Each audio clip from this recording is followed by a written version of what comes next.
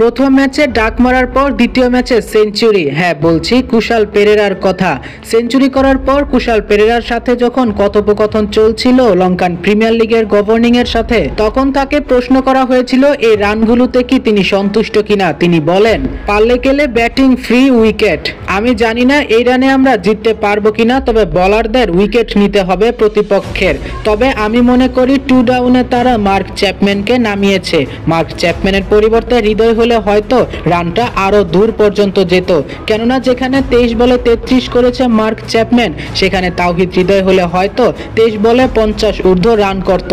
তিনি নেমেই যে পেটাতে জানেন, তিনি নেমেই যে ছক্কা হাঁকাতে জানেন।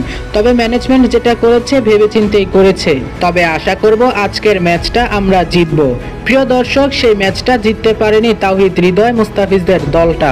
শুরুতে উইকেট আনলেও এরপর চাহারিত আসালাঙ্কা ও আবিষ্কা ফার্নান্দো ম্যাচটি জয় তুলে নেয়। তবে কি সত্যি হলো না কুশাল জানিত পেরেরার ভবিষ্যৎবাণী? তবে কি সত্যি হলো না তার কথা?